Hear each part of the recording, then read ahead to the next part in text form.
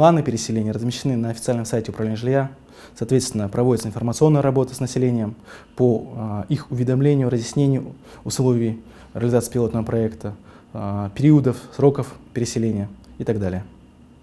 То есть данная информация заблаговременно доводится до населения, чтобы народ был готов к переселению.